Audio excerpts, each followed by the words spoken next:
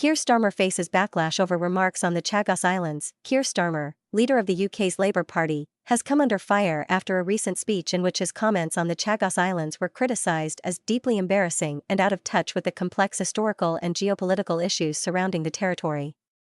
Critics from various quarters have accused Starmer of failing to address the sensitive nature of the dispute and the ongoing plight of the Chagosian people, many of whom were forcibly removed from their homeland decades ago. The historical context, the Chagos Islands, an archipelago in the Indian Ocean, have been at the center of a contentious sovereignty dispute for decades.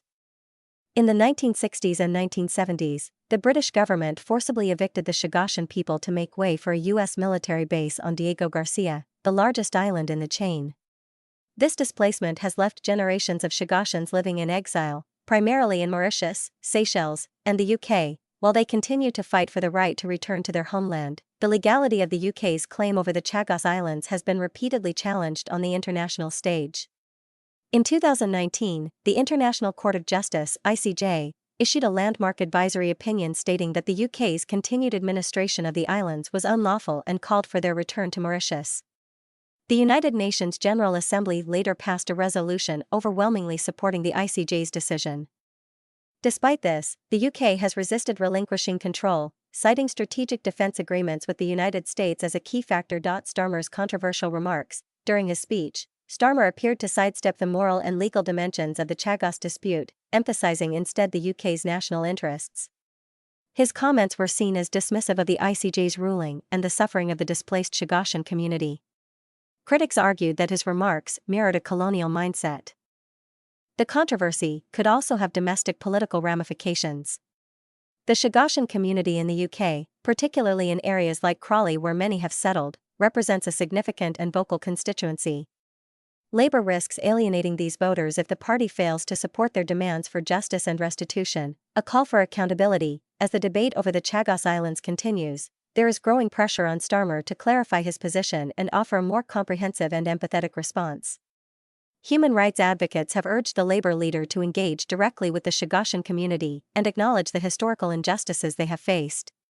Some have also called for Labour to commit to supporting the ICJ's ruling and advocating for a fair resolution to the sovereignty dispute. For now, Starmer's comments have left many questioning his understanding of international law and his commitment to addressing the UK's colonial past. As Labour positions itself for the next general election, Starmer's handling of issues like the Chagos Islands will likely be scrutinised as a measure of his leadership and vision for the UK on the global stage. The Chagos Islands case is not just a test of policy but of principle, one that could define how Labour is perceived on issues of justice, accountability, and the legacy of empire. While the Labour Party has traditionally been vocal about addressing historical injustices, Starmer's tone struck many as inconsistent with the party's values. Observers noted that his remarks lacked any acknowledgement of the UK's role in the forced displacement of the Chagosians or the need to address the long-standing grievances of those affected. Criticism and reactions. The backlash to Starmer's comments was swift and widespread. Political opponents, human rights advocates, and members of the Chagosian diaspora criticized his speech as tone-deaf and poorly informed. Prominent human rights groups accused Starmer of perpetuating the UK's refusal to take responsibility for its colonial legacy. A Chagosian activist described the speech as deeply disappointing, stating, "We expected better from a leader who claims to stand for justice and fairness. Our community has been ignored and silenced for far too long."